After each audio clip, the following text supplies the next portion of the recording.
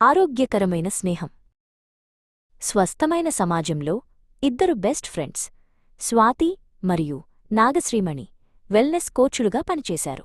వారిద్దరూ ఎప్పుడూ నవ్వుతూ అందరినీ ఆరోగ్యంగా ఉండేలా ప్రోత్సహించేవారు. స్వాతికి గుణ, మను అనే ఇద్దరు పిల్లలున్నారు. నాగశ్రీమణికి శ్రీవత్స, అభి అనే ఇద్దరు కొడుకులున్నారు. ఈ నలుగురు పిల్లలు కూడా మంచి స్నేహితులు. ఒకరోజు స్వాతి మరియు నాగశ్రీమణి కలిసి ఆరోగ్యకరమైన అలవాట్ల సవాలు అనే ఒక వారం రోజుల కార్యక్రమాన్ని నిర్వహించాలని నిర్ణయించుకున్నారు.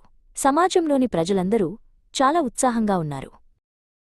మొదటి రోజు వారు వ్యాయామం గురించి నేర్చుకున్నారు.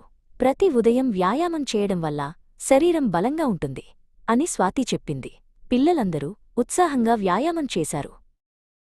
రెండవ రోజు నాగశ్రీమణి ఆరోగ్యకరమైన ఆహారం గురించి వివరించింది. పండ్లు, కూరగాయలు తినడం వల్ల మనకు శక్తి వస్తుంది అని ఆమె చెప్పింది. పిల్లలందరూ రంగురంగుల పండ్లను ఇష్టంగా తిన్నారు.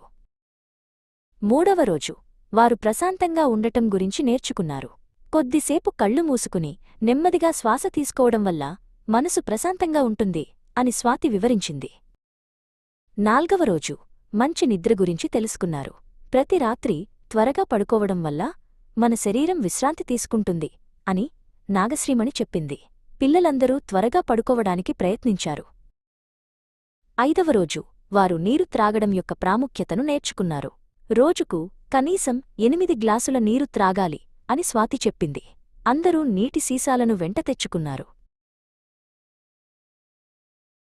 వారం చివరిలో సమాజంలోని ప్రజలందరూ కలిసి ఒక చిన్న పండుగను జరుపుకున్నారు.